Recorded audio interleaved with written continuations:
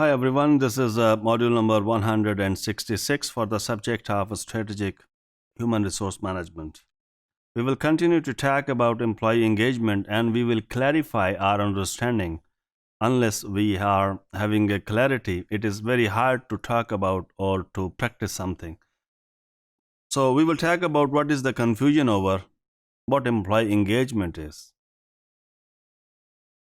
So Mashlash and Litter 2008 have argued that engagement can be regarded as the antipode of burnout.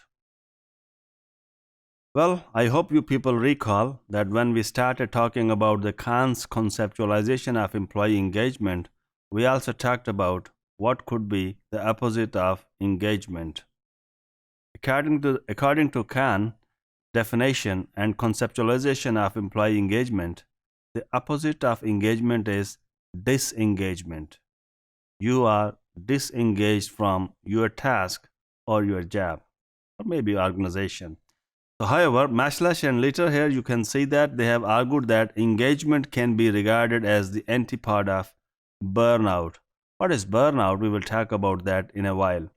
So, and have measured it through the Mashlash burnout inventory.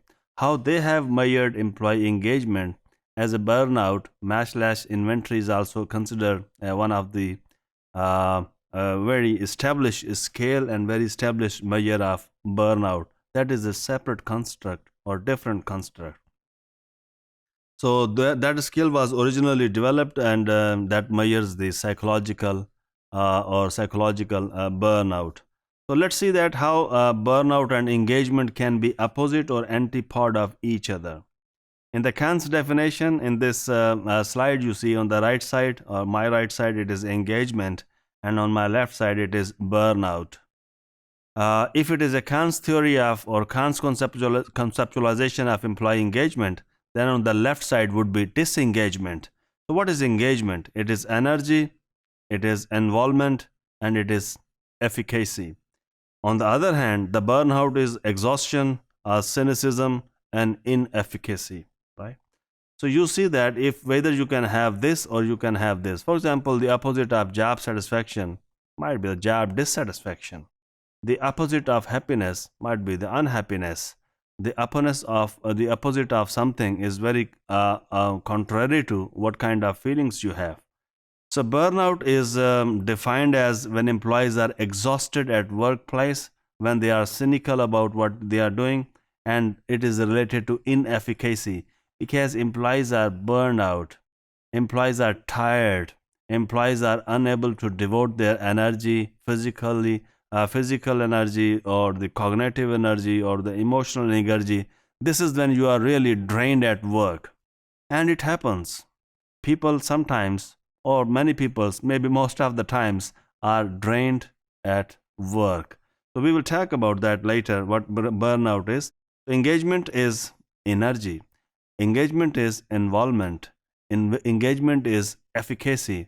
So these two are opposite, and these two might be considered as opposite extremes of each other.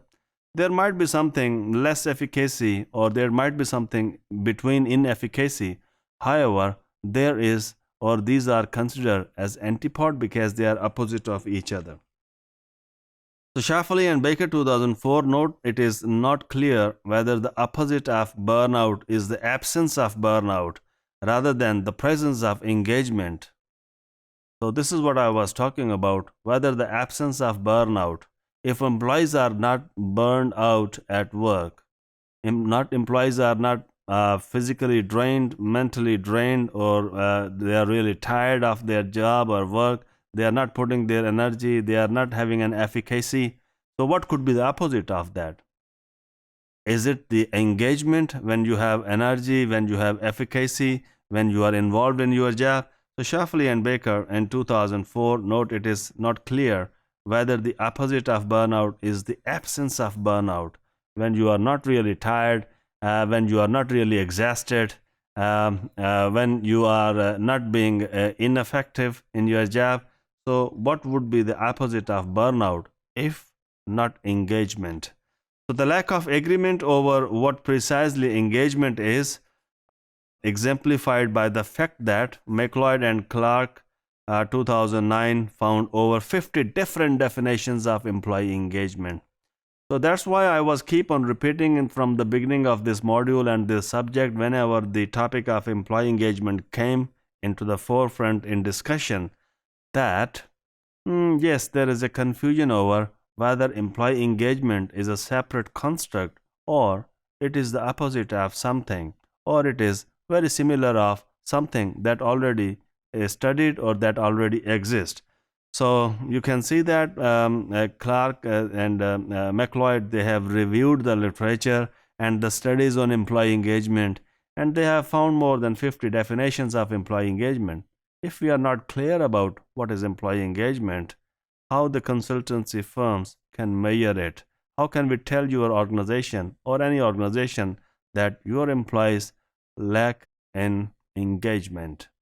Thank you.